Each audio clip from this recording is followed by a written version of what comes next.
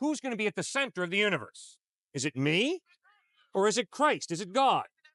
And Christ says he's at the center, not me. But I don't like that. I like to put myself at the center. And that's sin. I hate the part of me that does evil. Yes. Do you try to stop from doing evil, though? Do you try to prevent Absolutely. it? Is that not blasphemy, though? Because the only person from which many religions believe is free from sin is God himself. Mm-hmm. Their God, not a God, their God. And to absolve yourself from sin is basically trying to make yourself godlike. Well, I can't absolve myself from sin. I have to ask the question, is God interested in forgiving me? And Jesus Christ said yes. And Christ said, that's why I bled and died on a cross, to take the penalty that you deserve, Cliffe, for your wrongdoing, thereby offering you forgiveness.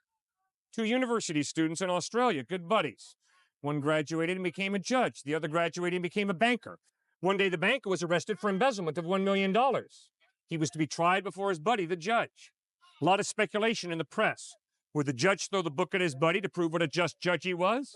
Or would he let his buddy off scot-free because he was his buddy? Jury deliberated. They passed the sentence, guilty. The judge stood up and delivered the harshest fine possible against his buddy, the banker. Everybody gasped in amazement. But then everybody watched in wonder as the judge stood up, took off his judge's robe, extended his hand to his buddy and said, but friend, I have just sold my house. I've taken all of my savings out of my bank account, and I'm going to pay the fine that I just leveled against you. The judge was just, and he was loving, merciful. That's what Jesus Christ revealed about God. God is just, and he's also loving. And that's why Christ went to the cross, to pay the penalty for our sin. He is just in order to offer us forgiveness. He's merciful. Or how can you choose which part of Christianity or Islam to follow? Because as I'm sure you are aware of, and I'm aware of, that Christianity has multiple paths. Okay, good question. When you look at Christianity, I think you'd be a fool to put your faith in Christianity. Because the evidence is Christianity's been used to justify the Crusades, the Inquisition, burning witches. So the evidence is you and I would be idiots to put our faith in Christianity.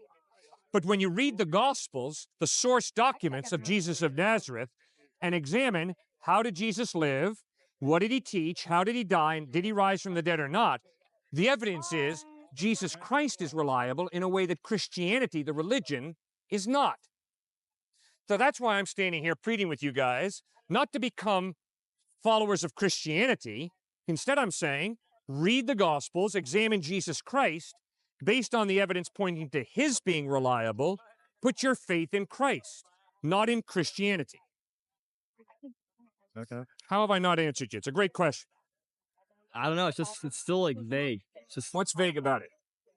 because there's so many paths, and they all aim for the same thing. Yeah, well, people have a free will, and people put their own spin on things, right? If we have a free will, aren't we then basically encouraged to question things, though? Absolutely. You've got to question things. So if we question the existence of God, is that going against God? No.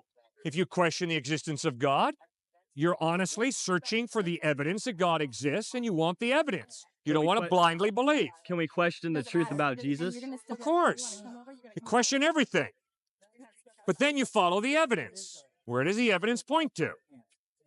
I mean, isn't that the way you live your life? You question, question, question. You're in search of truth. But then you follow the evidence, where the evidence leads. I mean, it's the way I live my life. Well, what if the truth that we know or what we think is true is not real? It's just based off of fallacies that we're... You bet. Well, you better be thinking hard and carefully. And if you begin to realize you're believing a lie, you better reject that lie and not believe in it. And see, that's Paul's argument in 1 Corinthians 15.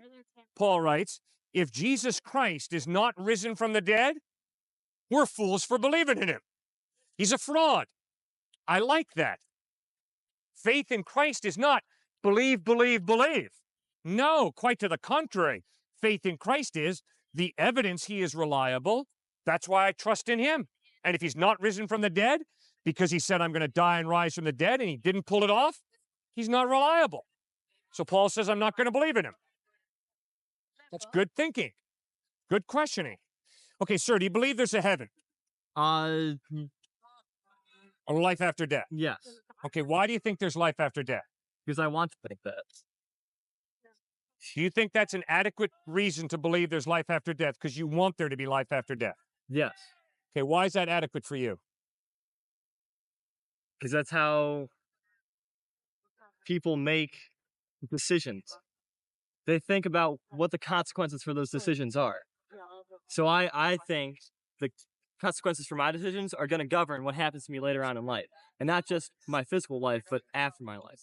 Yeah, but why on earth, in light of the fact that you've never seen anybody rise from the dead, in light of the fact you've never seen a heaven, why would you believe there's a heaven?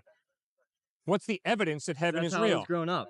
Pardon? That's how I grew up. I was grown in a Russian Orthodox church, and I was always taught there was a heaven. I wasn't told what that heaven was, though, so I'm free to think about what it could be for myself. So you believe there's a heaven because your mom and dad and your church told you there was a heaven? No, because I questioned the existence of the heaven during church. I did it during school. I've always done it. You believe there's a heaven because you question whether there's a heaven? Yeah. What's up, buddy? How you doing? Good, how you doing? And by questioning it, You got to be say- kidding me, sir. You said- believe said something yourself, like- exists because you question whether it exists? You said yourself, by questioning things, you're trying to prove that they exist. No. So no. Is that not what you said about 5 minutes ago? You Yes, it is. question in order to find evidence. To prove it's And then true. you follow the evidence wherever the evidence leads. I don't believe something's true because I'm able to question it. I believe something's true because the evidence points to it being real. Come on, you guys can think that well, can't you? If you say, I believe God exists because I question whether God exists, you're an idiot. I'm an idiot. If I say, I believe in Jesus Christ because I question whether Christ is the truth, I'm an idiot. You don't believe something is true because you question whether it's true. The questioning whether it's true had better motivate you and drive you to look for evidence. So you're saying if I just stop questioning it, then it's true. Did you ever stop No. questioning Jesus? Follow evidence. Do you still question Jesus today? I struggle with doubt. Yes, I have doubts. I sure do. Every time I sin, it shows I doubt. So I doubt whether God exists at times. I doubt whether Christ is the truth. If I never doubted, I'd never sin. I'd live a perfect life. If I took Jesus seriously, I would never sin. The fact that I sin shows that I do doubt. I don't take Christ seriously all the time. Now, I ask for forgiveness, and he forgives me, and I grow. And then when I've got doubts, I study the evidence. How do you know he forgives you? Does it feel different? How do I know he forgives me? Because he promises to forgive me. And the evidence is he doesn't lie. Did you ever break a promise? I have broken many promises, yes. So why can't Jesus? Well, he could. But the evidence is he doesn't. What evidence? Thank you. There you go. Now that's And what you don't got to say- keep asking. I don't want to hear the excuses because the Bible said so. Well, where would you like me to tell you to find out about Muhammad? Enlighten me, please. The Quran. Do not say the Quran. Do not use any sort of religious text as justification that he doesn't lie. Why are or you that so it is biased true. against religious texts? Because people wrote it, and I do not have a right to reject the Quran because it's a religious text. That's bigoted close-mindedness. I'm not saying that I reject it. Well, it's claiming to give accurate representation of what Muhammad taught. And when I study the evidence, the manuscript evidence for the Quran, it's crystal clear that that's a very reliable document, the Quran. Where's the evidence that proves it's wrong, though? How much evidence is there that proves it's right versus that it's wrong? The Quran is not wrong. The Quran is a reliable document preserved over the past 1,500 years meticulously. Now, read the Quran and ask yourself, does the evidence of the way Muhammad treated people, what he taught, how he died, what happened after his death, does that evidence point to Muhammad being reliable or does it not? And do the same with Jesus. The overwhelming evidence is the Gospels are meticulously historical narrative, very clearly preserved. Over 5,200 Greek manuscripts or pieces of manuscript from the 2nd through the 10th century AD, found from Rome and Italy around the Mediterranean to Alexandria, Egypt, all agreeing to an infinitesimal degree. There's no document from antiquity that can even approach the New Testament. Not Aristotle, Plato, Thucydides, Herodotus. No document from antiquity. No historical person from antiquity is supported with anywhere near the manuscript evidence that Jesus is. So simply read the Gospels as history and ask yourself, does the historical evidence, one more time, historical evidence point to Christ being reliable, or does it not? Depends on how far you want to question it. Okay, good. So be honest and be realistic. And you're right. If you're going to say, Jesus, in order for me to believe you right now, I want you to turn this water into wine. That's pretty dishonest. Or like the Michigan State student said to me, Jesus, in order for me to believe in you, make the sun go dark right now, and I'll give you 60 seconds. That's basic dishonesty. But if you're open to truth, and if you're open to God, if you're open to Christ, then you're going to allow him to reveal himself as he chooses. The same way, if you really love her, you're never are you going to look her in the face and say, unless you have sex with me, I don't believe you love me. Because that would be manipulative, wouldn't it? That'd be really dishonest. You allow a woman to reveal her love to you as she chooses, not as you manipulate. We had better do the same with Christ, with God. And then just be open and search. Does that make any sense? It does. Good. That doesn't convince me to believe that Jesus was the Messiah or that there is a God, though. Well, that's not my responsibility. I'm not here to convince you. Then why are You've got to read the Gospels for yourself. You can't take it from me. You got to read Matthew, Mark, Luke, and John, and you got to ask yourself, does the evidence point to Christ being reliable or not? You don't know me from Adam, man. I could be out here as a charlatan. Okay? But you got the Gospels. It's only about 180 pages, sir. You're a university student. You're more than capable of reading those 4 Gospels. And then you ask yourself, does the evidence point to Christ being reliable or does it not? And guess what? If the evidence is that Christ is not reliable, then I got 2 simple questions for you. The first one is, who is reliable? And second question is, what's the evidence that your alternative to Christ is really more reliable? And I would love to hear the answer to those 2 questions. Can I ask you a question then? Sure. What is your evidence that Jesus does not exist, or not that he doesn't exist, but that he was not the Messiah? The reason that the majority of Jews rejected Jesus as Messiah is because he did not fulfill the political expectations of Messiah. He did not kick the Romans out of Palestine. That's your own doubt, though? No, that's the reason the majority of people rejected him. What's your personal belief or doubt as to why Jesus is the Messiah? Well, I don't doubt that he's the Messiah. Well, you had to have to prove that he was. Because when you were born, you didn't just assume that Jesus was the Messiah. You had to learn for yourself and question things to understand that the evidence pointed that towards that he was the Messiah. Right. So what were those? Okay, good. So to be honest with you, I'm not a Jew, so I could give a rip about whether Jesus was Messiah or not. Okay, my deeper question is he God? He claims to be God in human form. Okay? Where's your evidence that proves that he couldn't have been the God? My evidence that he could not be God? Yeah, because you had to have some form of thought that showed that he wasn't the God, and then you had to contradict yourself and say that he was the God, because the evidence that said that he was greater than that he wasn't. Okay, the reason that I doubt Christ, the reason I doubt God, is because I love to play God. I'm a proud man, which means God Almighty me likes to do it my way. That's the root of my struggle with doubt. Secondly, intellectually, the reason I doubt at times is because I can't see God, because I can't see Christ, because I can't hear him audibly or grab him, I doubt at times because of that. So those are the 2 main reasons I doubt. First of all, because I want to do my life my way. I don't want anybody intervening. I'm a proud person. And secondly, I doubt God, I doubt Christ because I can't see them, and I wish I could see them. See, I have my best relationships with people I can see and audibly hear. And the fact that I cannot see God, I cannot see Christ, I cannot hear him, that's the root of a lot of my doubt. Does that make sense? No. Now, the evidence is that God exists even though I can't see him. So that's why I grow in my faith as I study the evidence. The evidence is that Jesus Christ was real, but when I doubt that, I go back and look at the evidence. And then as a result of studying the evidence, my faith grows. See, sir, if you said, Cliffe, I will give you $1 million right now if you honestly, genuinely believe, Cliffe, that there's a pink elephant right here, I couldn't do it. I mean, sure, I could say to you, I believe there's a pink elephant here.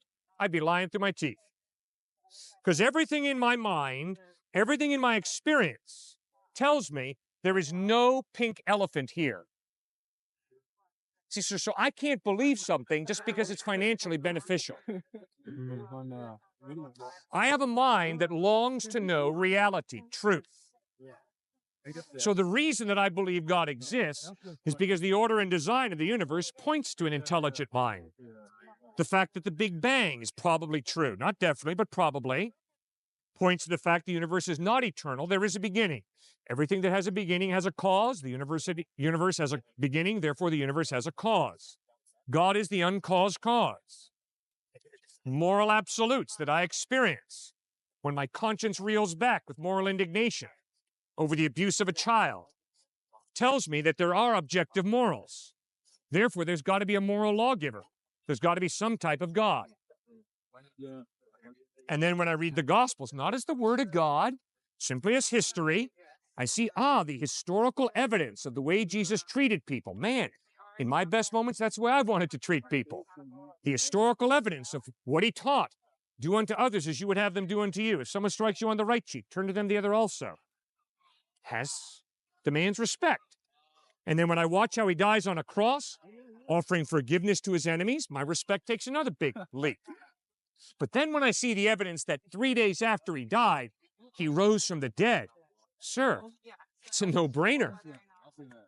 If you die and rise from the dead, I promise to listen very closely to everything you have to say.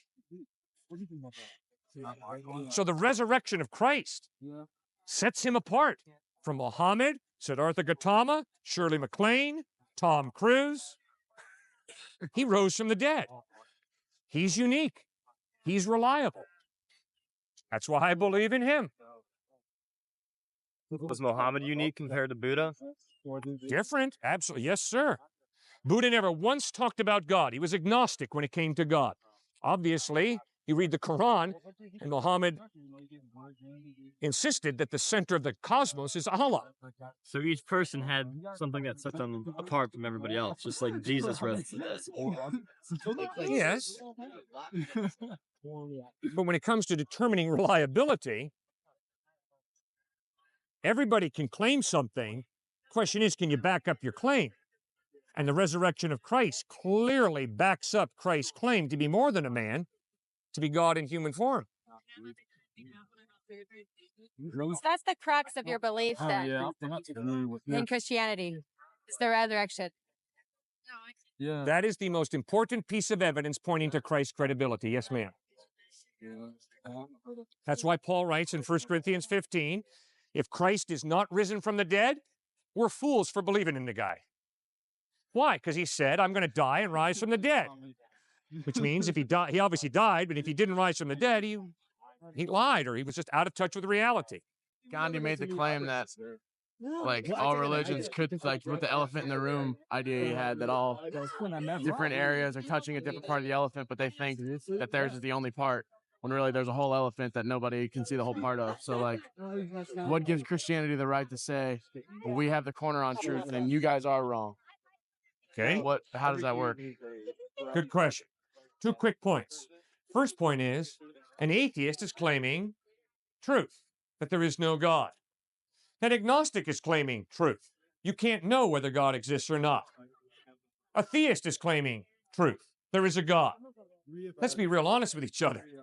Unless I just say this is simply an opinion, if I make a statement, that's a truth claim. And guess what? Every truth claim smacks of exclusivity. If I say to you, 2 plus 2 equals 4, I'm telling you 2 plus 2 did not equal 3. It doesn't equal 5. 2 plus 2 equals 4. That's a truth claim, which means that which contradicts it is wrong. So let's be real honest. We all make truth claims, and every time we make a truth claim, it smacks of exclusivity. Second point, you're right. Many people have said, Cliffe, you got to understand that different religions are like different blind people standing around an elephant. One of them grabs hold of the elephant's trunk and says, an elephant is like a hose. Another grabs the elephant's ear and says, an elephant is a big leaf. Another grabs the elephant's leg and says, an elephant is like a column. And another guy grabs the elephant's tail and says, an elephant is like a rope. But you see, Cliffe, what you got to realize is they're all just feeling different parts of the same elephant. And that's the way it is with the different world religions. You got to realize, Cliffe, they're all just different angles, different perspectives on reality, on the living God. But you see, the problem with that analogy is it presupposes that I am outside of all the different religions of the elephant. And I'm able to see how all the people are just grabbing hold of different parts of the elephant. And then I'm claiming that I'm standing outside of all religions, and I'm in a position to see that they really are all saying the same thing. I mean, if you think about it, that's an amazing claim of arrogance. I don't know if you're a Mormon or whatever, but there's modern historical accounts of some dude who found some gold plates, and they had all this extra information about, that there were people in North America. Jesus came to North America. Should I also treat those as a historical source? Why or why not? You guys are raising a great issue, which is, how do you determine whether any document is historically accurate or not? I mean, certainly history is a legitimate form of knowledge. Otherwise, Ohio State is ripping you guys off by charging you money to take a history course, right? So you obviously know that history is a legitimate form of knowledge. But the excellent question you're asking is, how do you determine what's history and what's not? How do you determine what's fact versus what's fiction? You want to take a stab at it? I mean, personally, I haven't taken any history classes here. I'm a mathematics PhD student, and I deal with truths which are uncontradictable. I mean, I only invest in knowledge which I know to be absolutely certain. And but I do think that history, if you look at a history book from 100 years ago, compiled from everyone's ideas of history from the last 3,000 years, it's going to be very different from a history book today. And all you can say is our current state of knowledge is that we think, this is what probably happened. You can only say probably. You can never be sure. Right, but wait a second, sir. Prove to me that yesterday you walked on this earth. I don't believe I can. Okay, good. I think I might have Then if you cannot prove to me that yesterday you walked on this earth, but you're convinced that yesterday you did walk on this earth, I would assume. No. You don't? No, I think that it's very probable that this entire universe was created an instant ago with all of my memories in place. I mean, be good. You're being consistent. I like that. You're right. Maybe a very intelligent scientist created you this morning in a big vat and put all the memories that you have in your brain in your head. The chances are that I am an artificial intelligence. Probably I am just in a vat. I mean, all right, I don't. But are you able to live that out? Yes, because really. Then how do you treat your mom and dad? So for myself, whether or not I was created an instant ago, or whether or not there are any other people who actually exist, I'm going to live my life in a way that makes me happy, because I'm all for being happy. And for me, happiness is derived from treating other people, whether they're real or not, in a good way. Do you treat your mom and dad in a different way than you treat other people, or no? Do you thank your mom and dad because they have sacrificed for you, or do you not? I do. Well, then why are you doing that if you're not sure that they really did sacrifice? Because they might be an illusion. Your memories are just illusions. Remember? Even if they were illusions, I'm not certain that they are. So I'm hedging, so I can hedge on the bet that they probably aren't illusions. Or I could just say to myself, I'm happier if I was all alone and everything else is an illusion, I would be happier living my life as if it were not. And so Yeah, I but if you're going to be choose live my life. consistent, you have to be an epistemological nihilist, which means you really don't know why you know anything. You don't know that you can know anything. Because if you think about it, if what you say is true, your rational mind is the result of the non-rational, the irrational. And so how can you be convinced that you know anything, even mathematical truth? How do you know? Charles Darwin wrote a letter to a man named Mr. Graham in 1883. And in this letter, Charles Darwin writes, in light of the fact that our minds are simply highly developed monkeys' minds, why do we trust our minds to tell us the truth about reality? Would you trust the thoughts of a monkey? I like that. The guy's being consistent with what he says he believes. So if you really believe that you were just created in a vat this morning, why on earth would you look into the face of your mom and dad and say, thank you for all the way you've loved me and sacrificed for me over the past 20 years?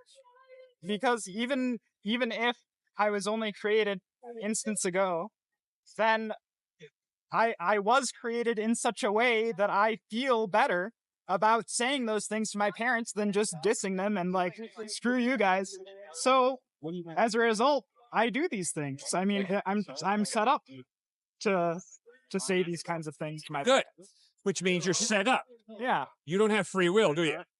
I don't know what free will is. You don't? No. All right. I go up to this woman, haul back, slap her in the face. What are you going to say to me? I'll say that probably the fact that you were set up in this way and that the universe has orchestrated for you to do this Good. means that your neurons are wired up in such a way that you're likely to do this kind of thing again to other people and maybe even to me. And because you're wired in this way, then I, not wanting to be slapped myself, am going to be like, yo, whoa, dude, I'm going to call the police on you because I want you locked up because I don't want your crazy miswired brain to be acting itself out in the universe anymore. Good. But you have to acknowledge, I'm not responsible for hitting her, as you pointed out so well. It's just my biochemical reaction that forced me to slap her, right? Sure. So there's no such thing as free will, which means you definitely wouldn't hold me responsible, would you, for slapping her? I mean, I don't know who I would be holding. If there's no agent, if there's no person, then I don't know who I would be holding responsible. That's right. I'm going to put you in a jail only so that you don't repeat this to other people. Right. Later on. So if I steal your wallet, you're not going to look me in the face and say, you should not have stolen my wallet. Instead, you're going to understand Cliffe's biochemical reactions forced him to steal my wallet. Therefore, we have to alter Cliffe's biochemical reactions in order to alter his behavior. That's the key. And the most effective way, especially with little kids, to alter their biochemical setup is to make them feel bad about things by saying, that wasn't very nice. That's the most effective way to alter their biochemical setup. I mean, how does speaking to them alter their biochemical reaction? Well, right now I'm speaking to you, and I'm very sure that you have all of this stuff going on in your brain right now as a result of my speech. And guess what? I promise you from the depths of my being that right now I can be so disrespectful to you, it'd be embarrassing. Or I can choose to be respectful. And guess what? I'm convinced you can do the same. I'm convinced I don't have to be respectful of you, and you don't have to be respectful of me. And I don't have to be disrespectful of you, and you don't have to be disrespectful of me. And I can promise you, sir, two children growing up in the same family, with the same mom and dad, with the same environment, one graduates and becomes a murderer, and the other graduates and becomes a philanthropist. And if you think that a human being is just the sum total of their genetic makeup and the influences of their environment, then I got a story to tell you. Okay. The man's name was Wilkes. And he was one of the greatest actors in the mid-1800s of Shakespeare. And Thomas Wilkes acted in New York City, and he acted in London, and he was praised. Then he comes back to the United States, and Thomas has two other brothers, John and Junius, who are both very talented actors. And they pull off Hamlet. And they pull off Julius Caesar. And it's fascinating that the brother John plays Brutus. Because 1 year later, the brother of Thomas Wilkes, John Wilkes Booth, assassinated Abraham Lincoln. Thomas was so disheartened by the fact that his brother assassinated the President of the United States that he dropped acting. But one day in New Jersey, he was standing on a train platform, and a young man beside him suddenly slipped onto the tracks. And Thomas Wilkes leaned over, grabbed the guy, had his leg hooked around a pole, and pulled the young man out from the oncoming train. 2 weeks later, he got a letter from Ulysses S. Grant thanking him for saving the son of an American hero. That was the son of Abraham Lincoln, who Thomas pulled out of the train tracks. Thomas Wilkes carried that note from Ulysses S. Grant in his pocket till the day he died. Two brothers, same parents, same profession, acting. One assassinated Abraham Lincoln, the other saved Lincoln's son from getting run over by a train. Sir, for you to say that human beings are simply the result of their genetic makeup and their environment is an insufficient explanation of human behavior.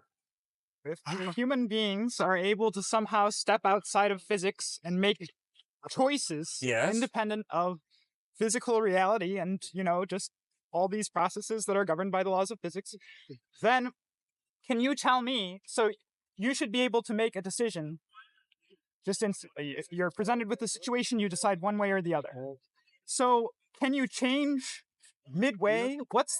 Say you're presented with a situation, how quickly can you make a decision about what to do?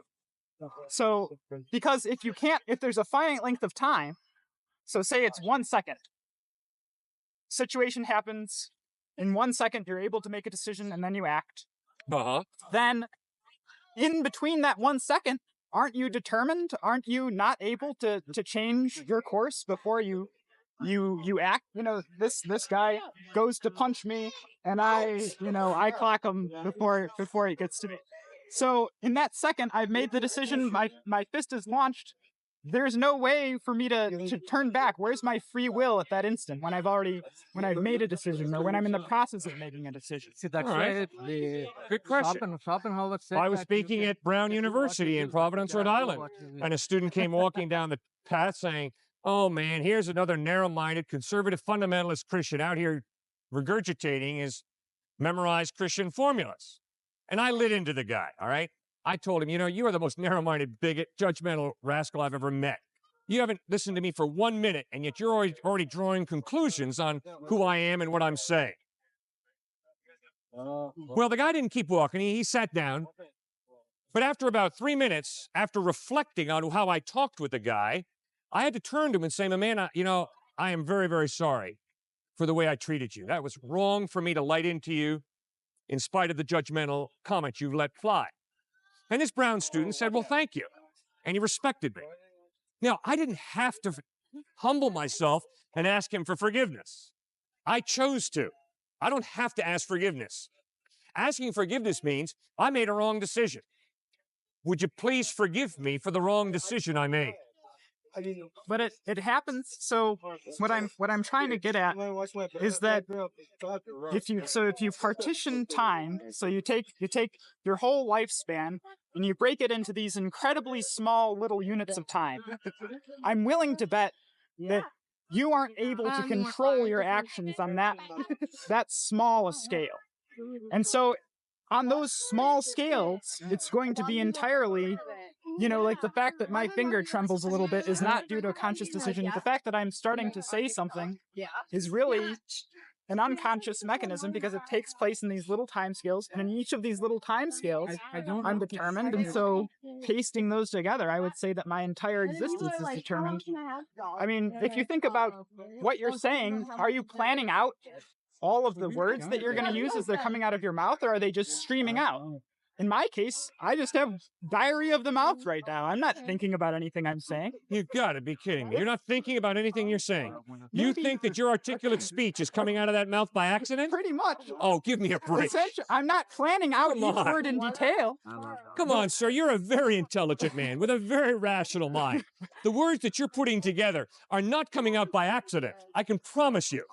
But You got to be kidding me. Think to yourself right now, are you planning in advance all of the words that you're saying and making sure that they're going to form themselves into grammatical English sentences, or are they just coming out essentially by, the fact that you have some schematics that tell you how to produce English sentences, you've got some vague ideas, and it ends up generating these sentences which could be written down on a page. Sir, I speak at MIT and I speak at some state university campuses, and I can promise you, sir, there is a big difference in the ability of a Harvard student and an MIT student to think, and the difference compared to a junior college student's ability to think. There is a humongous gulf. And if you think I'm going to buy your line that says, well, no, I just have diarrhea of the mouth and I just speak the way I do. Baloney, you're a PhD student in mathematics. And I can promise you, sir, I'm not going to be a PhD student in mathematics in the near future. That ain't an option for me. So you have a brilliant mathematical mind. You're getting a PhD here at Ohio State in mathematics. That's outstanding.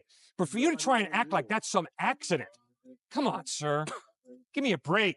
You know better than that. I mean, I wouldn't deny that I have these mental structures that are, enable me to speak, whereas the mental structures of an ape do not allow the same. I mean, maybe they have more problems with vocal cords and these kinds of things. But the distinction is really that I have some pre-programmed algorithms that allow me to take vague ideas and translate them into coherent. All right, fine.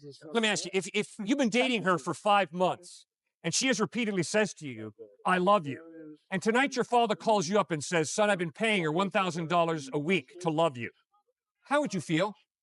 I'd feel pretty bad. Pardon? I'd feel pretty bad. Feel pretty bad. Yeah. Why? You believe in the first place that there is no such thing as love as a free will. You think that everything is just a biochemical reaction. So if that's true what you say, why would you be disillusioned if you found out that your father was paying her $1,000 a week to date you?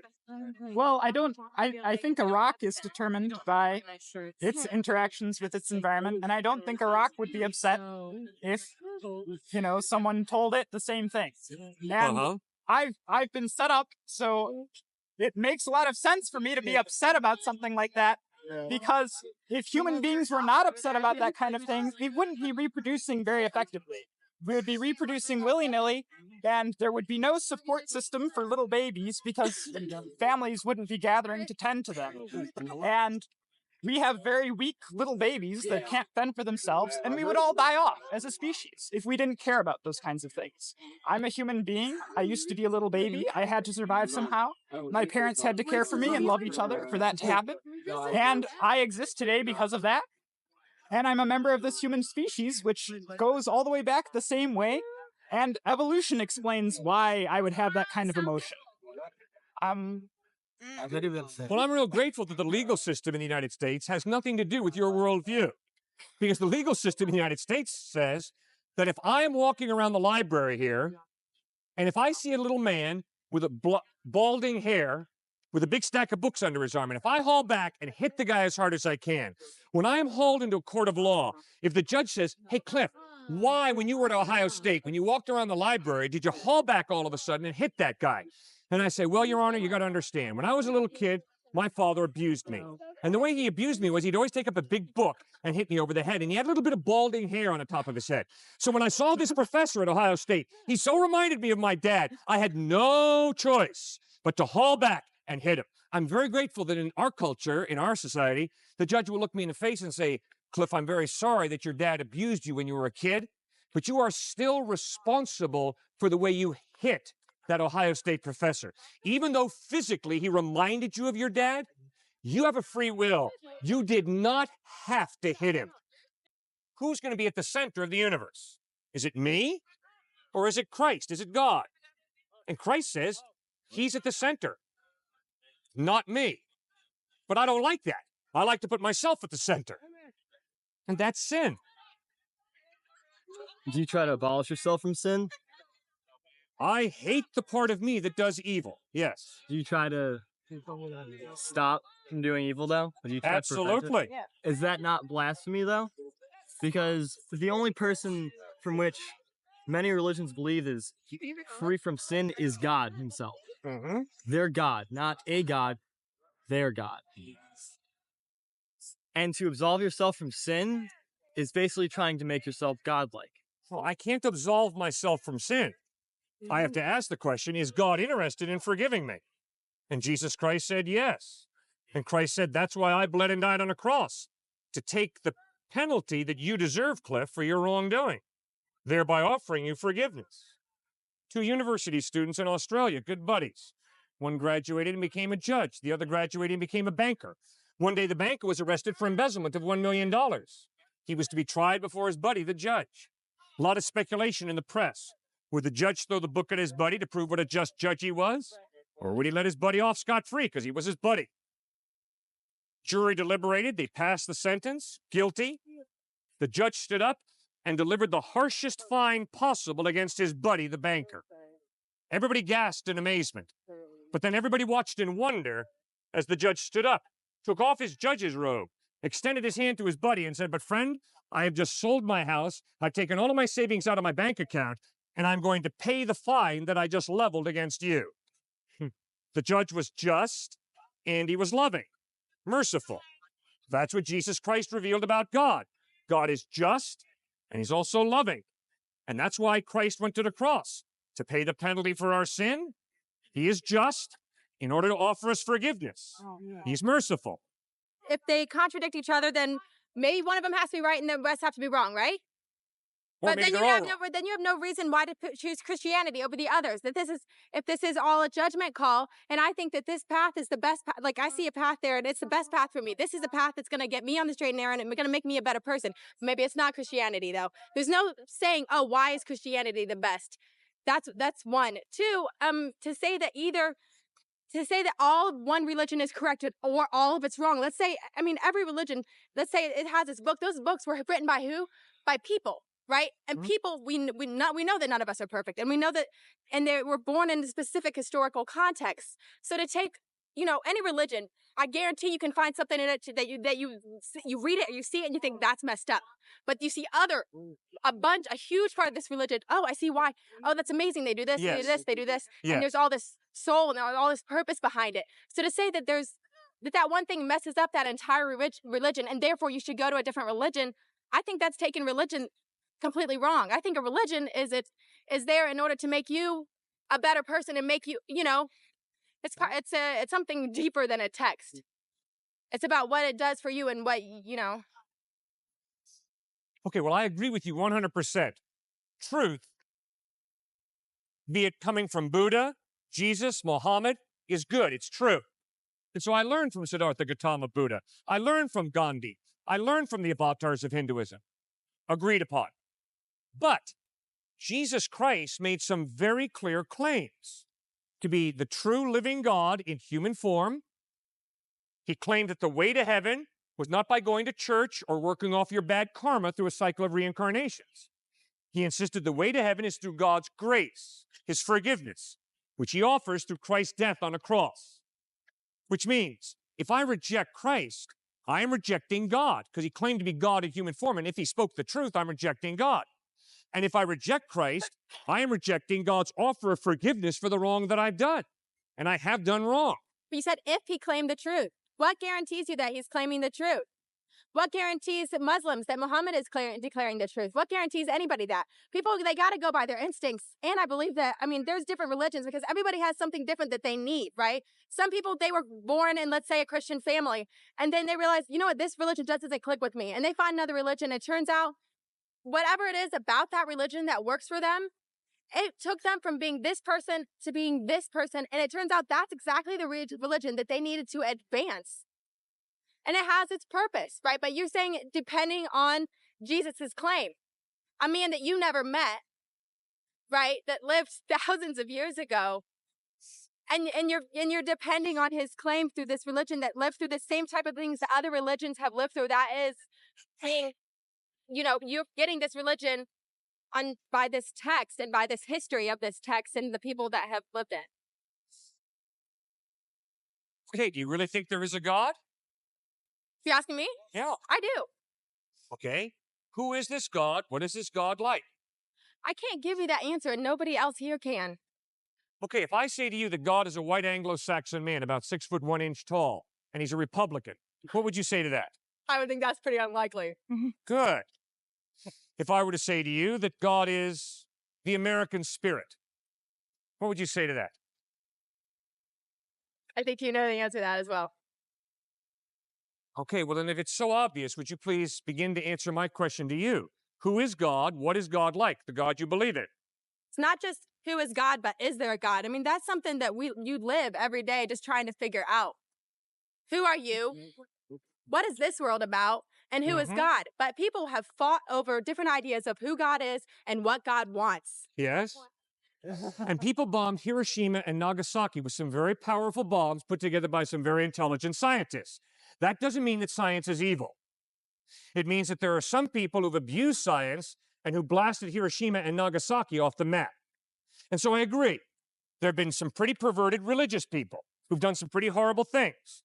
That tells you nothing about God. It tells you a lot about those people. And I can promise you, every African American who's put their faith in Jesus Christ is making a very clear decision to not allow a white Christian racist to turn them off to the true Jesus who didn't have a racist bone in his body. So we have to have some type of objectivity here. And we can't just fly by the seat of our pants and say, oh, well, God is whatever you want God to be. Right. You know, God's a pink elephant here on my right hand. Well, guess what? There is no pink elephant here. Okay? Right. And if God is just a figment of human beings' creative imagination, then I'm not going to believe in God, because God is a fantasy. But if God is real, I want to get in touch with reality, because guess what truth is? Truth is reality. And sir, if that's a tree, it's a tree. It's not an automobile. And it's not a jet airliner. It's a tree. And if you're a human being, it means you're not a dog, you're not a cat, you're not a hippopotamus or an alligator. You're a human being. And if God is God, then it would be wise for me to try and get to know him for who he is, or she, or they, or whatever God is. But do you think that God's definition is as easy as a tree or a car or a person? Because I think God's definition must be a lot more difficult than that. Good. Yes, I agree with you. It's easier for me to see the tree than it is for me to see God. I can't see God, so that's a problem. Absolutely, that's a problem. But now we've got to start asking ourselves, does the evidence in my experience point to God's existence or not? And you've said, yes, it does, right? You're a theist. You believe that some type of God exists, right? Right, I do, but that doesn't, I'm not doing that based necessarily on evidence. I'm doing that more on something of instinct, and partially because that's what I want to believe and that's what I need in order to live my existence. And also because the thing you said about everybody sharing this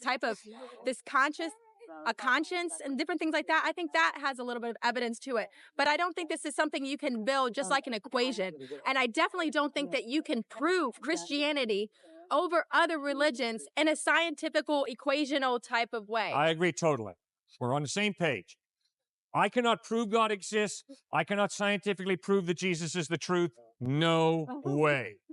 But as a thinking human being, I don't base the majority of my decisions on science. I base my decisions on evidence of reliability.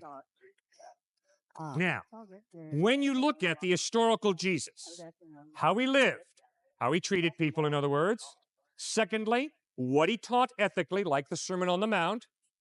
When you look at the way he died, at the moment of his most excruciating pain, nailed to a wooden crossbeam, instead of cursing his enemies, he prayed, Father, forgive them, for they know not what they do. And fourthly, when you look at his historical resurrection from the dead, all of a sudden, you have more than enough evidence to trust him to speak the truth. Don't you? Do you think other people didn't do also things that they were speaking the truth? I mean, in other religions? I think there is a lot of truth in every religion, no question about it. If there is a lot of truth in every religion, and what you're looking for is the truth, then therefore, to get the most complete picture of the truth, you would look in every religion.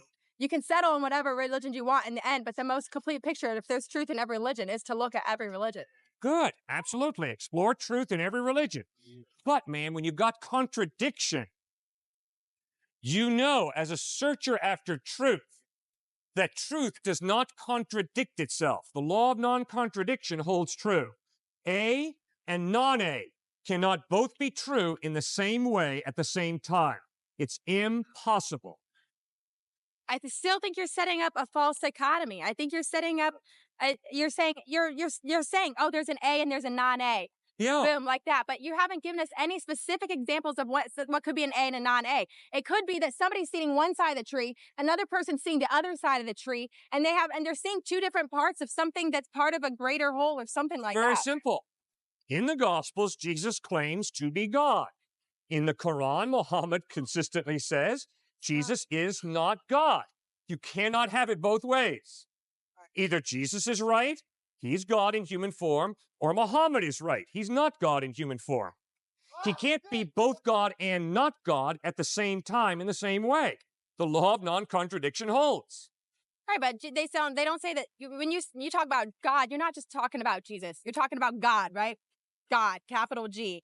And then Jesus being a part of the tripart, right? This is something that Muslims in general, over a great deal of them, they have a hard time understanding how there can be three gods in one God. Uh-huh.